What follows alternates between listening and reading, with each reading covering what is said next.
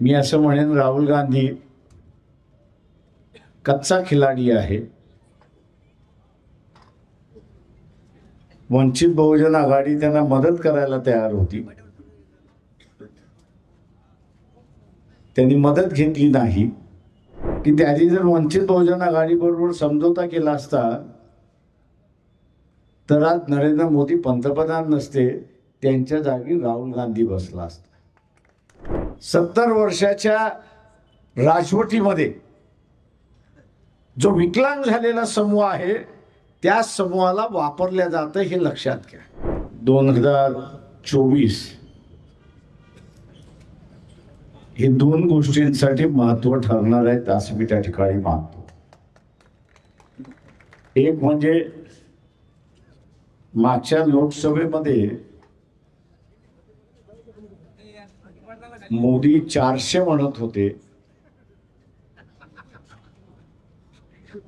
मी असं म्हणेन, राहुल गांधी कच्चा खिलाडी आहे. वंचित बहुजन आघाडी त्यांना मदत करायला तयार होती. त्यांनी मदत घेतली नाही आणि म्हणून किमान देशभरामध्ये 40 जागा त्यांच्या कमी आल्या. म्हणून मी त्याला कच्चा खिलाडी म्हणतो, कच्चा लिंबू म्हणतो की त्यांनी जर वंचित बहुजन आघाडी बरोबर समझोता केला असता तर आज नरेंद्र मोदी पंतप्रधान नसते, त्यांच्या जागी राहुल गांधी बसला असता.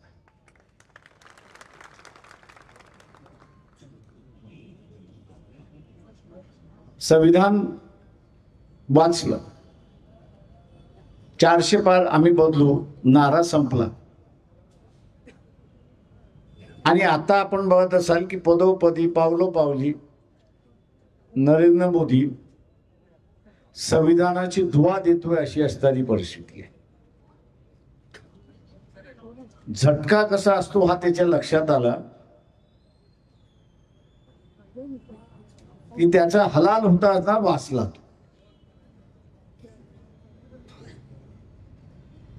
आता एक नवीन मुद्दा तिथे असताना काढण्यात आलेला आहे. संविधानातलाच एक भाग आहे तो आरक्षणाचा भाग.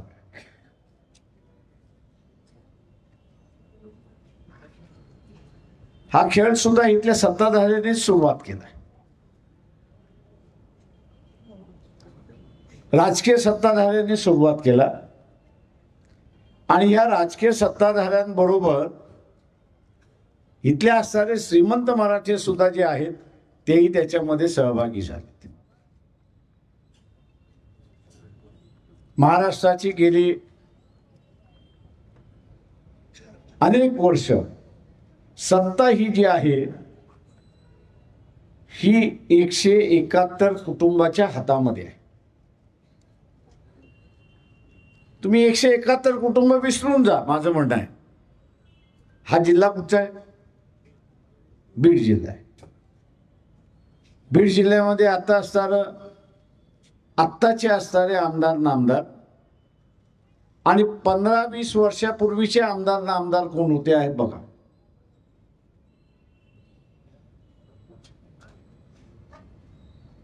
तर हे तुम्हाला घराण्यांमधूनच दिसतील. सामान्य माणसांमधून तुम्हाला दिसणारच नाही. आणि अशा प्रत्येक जिल्ह्यांमध्ये काही कुटुंबाने ही सत्ता आपल्या ताब्यामध्ये ठेवलेली आहे आणि त्यांना असं वाटतंय की आरक्षणाच्या माध्यमातून आपल्याला आता असणारं नवं चॅलेंज उभं राहायला लागलं. एक नवं चॅलेंज उभं राहायला लागले, ते आपण असणारं मोडलं पाहिजे. आणि ते मोडायचं असेल एकतर ते आरक्षण, इंग्रजी शब्द जो डायल्यूट आपण म्हणतो, पातळ, ते डायल्यूट करून टाका. म्हणजे कोणाच्याच हाताला लागणार नाही. आणि दुसऱ्या बाजूस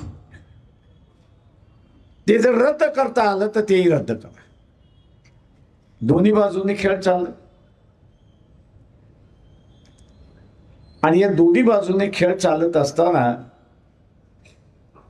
या देशामध्ये जो विकलांग झालेला समूह आहे, 70 वर्षाच्या राजवटीमध्ये जो विकलांग झालेला समूह आहे, त्या समूहाला वापरल्या जातं हे लक्षात घ्या.